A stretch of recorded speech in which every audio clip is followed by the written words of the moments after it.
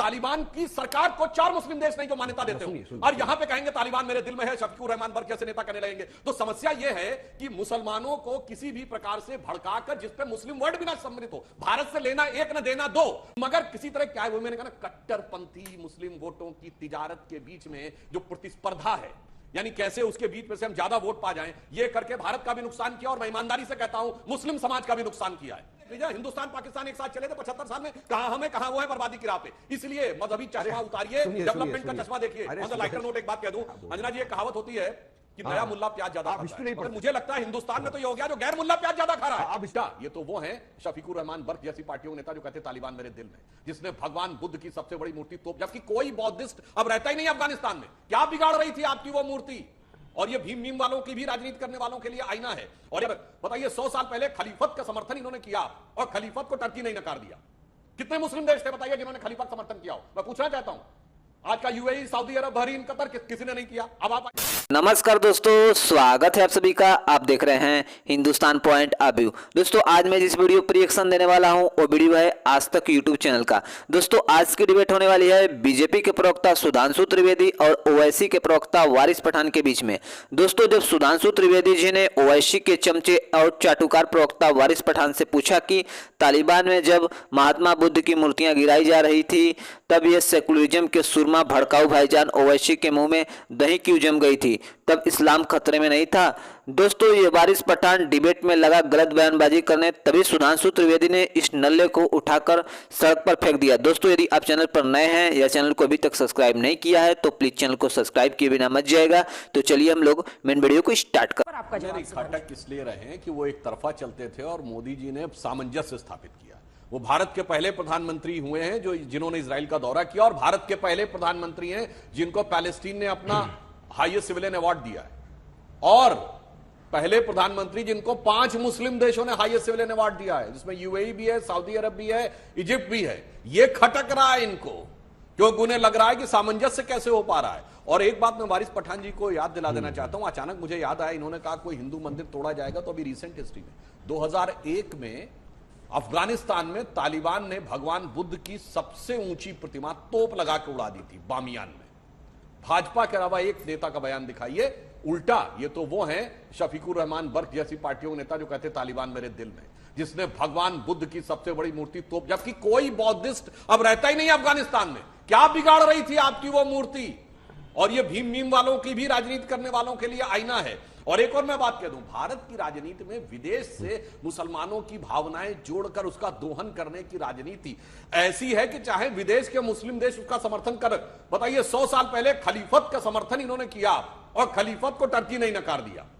कितने मुस्लिम देश थे बताइए जिन्होंने खलीफा का समर्थन किया हो? मैं पूछना चाहता हूं, आज का यूएई, सऊदी अरब, बहरीन, कतर किसी ने नहीं किया। अब आप आइए, ओसामा बिन लादेन को के लुक अलाइक को साथ में रख के 2005 में प्रचार किया। बताइए कितने मुस्लिम देशों ने ओसामा बिन लादेन का समर्थन किया था?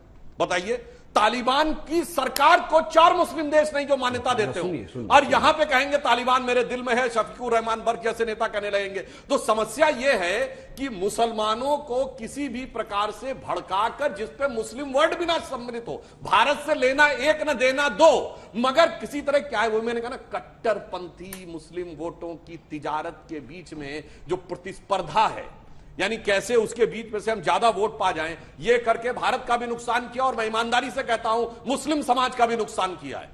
क्योंकि एक ऐसी छवि आप बनाने में सफल होते हैं कि अंतरराष्ट्रीय स्तर पे दूसरे मुस्लिम देश साथ में हो ना हो, पर भारत का मुसलमान हमेशा किसी ऐसी एक्टिविटी के साथ आप जोड़ने की कोशिश करते हैं, चाहे वो आतंकवाद से मुलव्विस हो ना। ठीक है, अरे पुलकन अशोक जी ने कहा कि चाहे वो मंदिर हो, मस्जिद हो, भारतीय कुछ भी हो, गुरुद्वारा हो, चर्च हो, भारतीय हो, तो भारतीय के तौर पर हम रिएक्ट करेंगे। लेकिन आप जब बात फिलिस्तीन की आती है तो आप कहते हैं धार्मिक आधार पर आप समर्थन करना चाहते हैं। क्या ये गलत नहीं है? गलत बात है, गलत बात है, गलत बात है। मैंने हमेशा से कहा है कि हम भारत के साथ खड़े हुए हैं। आप स्टैंड लेना है सुधांशु त्रिवेदी को और ये प्रवक्ता को कि क्या ये एक्सटर्नल अफेयर्स मिनिस्ट्री के साथ खड़े हैं, प्रधानमंत्री मोदी के साथ खड़े हैं, भारत देश के साथ खड़े हैं, जो फिलिस्तीन की आजादी के साथ खड़ा हुआ है, या ये लोग सब इसराइल के साथ खड़े हुए। स्टैंड लेना है इनको। हमारा तो स्टैंड क्लियर है, we stand with Palestine, we stand with the Indian policies, हम खड़े हुए। बात नंबर 2 पे सुधांशु जी ने बताया तालिबान के बारे में कि तालिबान ने वहां पर एक जो ये था मॉन्यूमेंट उसको तोड़ दिया, इंडिया ने उसको आतंकवादी कहा। सबका तालिबान को तो आतंकवादी कहा, उसके बाद में भी तालिबान के साथ क्यों ट्रेड के तुमने काम चालू कर दिए? उस वक्त तो तालिबान आतंकवादी हो गया, तो क्या आतंकवादी के साथ हिंदुस्तान को ट्रेड करना चाहिए क्या? नहीं करना चाहिए। तो यही तो आप लोग की हिपोक्रेसी दिखाती है ना सुधांशु जी, कि आप लोग बोलते कुछ है, होता कुछ है, करते कुछ और है। और ये पूरा देश देख रहा है। अशोक जी सिर्फ 2 लाइन का जवाब, देखिए, ये कह रहे हैं जो हम तिजारत करते हैं तालिबान से, हम जो यहां से भेजते हैं 70,000 टन गेहूं, हमने भेजे कोविड वैक्सीन, हमने भेजे मेडिसिन, ये अफगानिस्तान के लोगों के लिए है, ये तालिबान के लिए नहीं है। और ये बिल्कुल हमने बताया है जो ये वहां के लोग हैं, क्योंकि उनके साथ हमारे बहुत पुराने संबंध है अफगानिस्तान के लोगों के साथ खड़े हैं। सुधांशु जी, वही तो मैं साफ कहना चाहता हूं, हम तो बिल्कुल स्पष्ट है, मगर ये इजराइल के विरुद्ध फिलिस्तीन के साथ खड़े हैं। भारत की ये नीति नहीं है, हम दोनों के साथ हैं। और जवाब नहीं दिया जनाब। तालिबान ने जब भगवान बुद्ध की मूर्ति तोड़ी थी, एक बयान याद दिला दीजिए ना सेकुलर लोगों का। अभी बड़ी बड़ी बात कर रहे थे और सज्जनार साहब ने बहुत स्पष्ट किया कि वो तो ह्यूमैनिटेरियन एड दी जा रही है। और एक और बात कह दूं, देखिए एक फैक्ट आपको, अभी कुलकर्णी जी ने बताया कि कितनी एड आती है गाजा के पास। इजराइल तो 75 साल में डेवलप कंट्री हो गया और बिलियंस ऑफ डॉलर्स की एड पाने के बाद आज यही वारिस पठान साहब कहते हैं कि बिजली क्यों रोक दी, मतलब पावर प्लांट नहीं, पानी क्यों रोक दिया, वाटर प्लांट नहीं, लहदे के क्या है जी, मिसाइल बना लेंगे, न्यूक्लियर बम पाने के लिए भागेंगे, न्यूक्लियर मेडिसिन पे नहीं जाएंगे।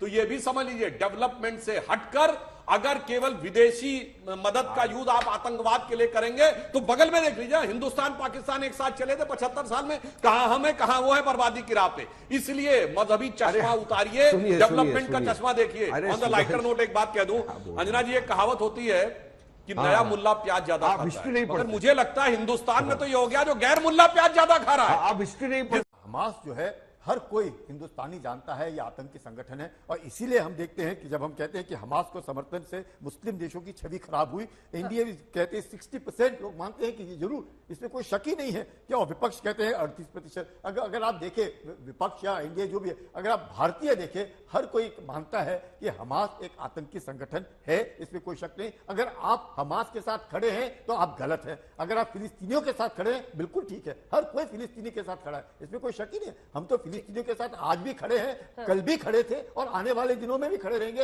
और इजराइल भी फिलिस्तीनियों को उनकी जो मांग है वो पूरी करने के लिए तैयार है, उनको गाजा पट्टी देने के लिए तैयार है, उनको वेस्ट बैंक देने के लिए तैयार है, उनको ईस्ट जेरूसलम जो उनको कैपिटल चाहिए वो भी देने के लिए तैयार। अगर ये माने तो, अगर हमास ये कहे कि हमें जगह नहीं चाहिए, हमें तो यहूदियों का अस्तित्व खत्म करना है, उन्होंने उधर रहना ही नहीं चाहिए, तो मुझे लगता है कठिन।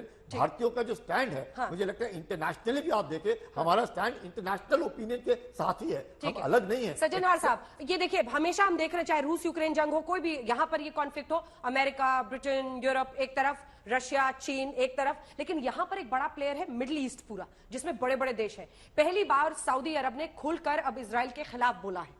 इसको किस तरह से आप देख रहे हैं, ये इक्वेशंस कैसे, और येमेन से अटैक होना, और जो रेगुलर सस्पेक्ट्स हैं, चाहे सीरिया हो, ये सब हो, उनका तो स्टैंड पता है। इजिप्ट, वो किस तरफ जाएगा, क्या हो रहा है, क्योंकि उन्होंने भी बातचीत से विड्रॉ कर लिया। जॉर्डन में बाइडेन की मुलाकात होने वाली थी ना, इजिप्ट के भी राष्ट्रपति वहां पर जाने वाले थे, पैलेस्टीन के भी आने वाले थे, वो भी रुक गया। कैसे देख रहे हैं आप, जैसे जैसे जंग बढ़ रही है, क्या आपको लग रहा है कि मिडिल ईस्ट फिलिस्तीन की तरफ, और जिसमें हमास एक हिस्सा है गाजा पट्टी में, उसकी तरफ बढ़ रहा है? जी आप बिल्कुल ठीक कह रहे हैं अंजना। देखिए इसमें क्या है, जो अभी तक जो हम देख रहे हैं, हाँ, वो ऐसा है जो सभी देश एक ऐसा नैरेटिव बनाया जा रहा है, और मैं ये समझता हूं पहले कुछ दिनों में हमास नैरेटिव अपनी तरफ से बनाने में काफी सक्षम रहा है। मैं आपको एक उदाहरण देता हूं।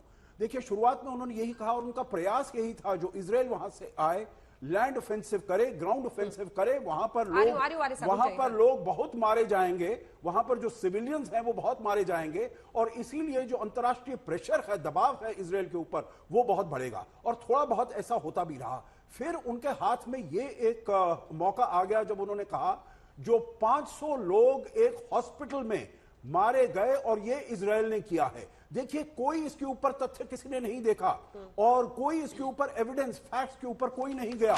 कोई किसी ने ये नहीं देखा जो वहां पर 500 लोग थे या केवल 100 लोग थे, मतलब एक का भी मारा जाना ये बहुत उनका बुरा वर्जन है, और उनका ये वर्जन उनका है। कई लोग कह रहे हैं वर्जन है। हॉस्पिटल के पार्किंग में हुआ है, पूरा हॉस्पिटल गिरा ही नहीं है। उनका वर्जन है, हमास जर्नलिस्ट का पहुंच ही नहीं पा रहे। हमास का वर्जन है, परंतु पूरी दुनिया ने, जैसे इसे आपने कहा, जो जॉर्डन के किंग ने वाली मीटिंग कैंसिल कर दी, इजिप्ट के राष्ट्रपति वहां पर नहीं गए, महमूद अब्बास वहां पर नहीं गए, क्योंकि ये नैरेटिव वो बन रहा है। और उसके बाद जो आया, जो एविडेंस पेश किया है इजराइल ने, जो यहां से तो कोई मिसाइल वहां से गया ही नहीं इजराइल से, ये वाला तो जो कुछ हुआ है एक मिसफायर हुआ है इस्लामिक जिहाद का। बट नाउ अब ये काफी देर हो चुकी है उसमें। तो इसीलिए पॉइंट मैं ये बताना चाहता हूं, जो हमास नैरेटिव बनाने में थोड़ा तेज रहा है, थोड़ा आगे रहा है, और जैसे अभी आपके प्रवक्ता ये बता रहे थे, सभी लोग धर्म के उस पर बातचीत कर रहे हैं।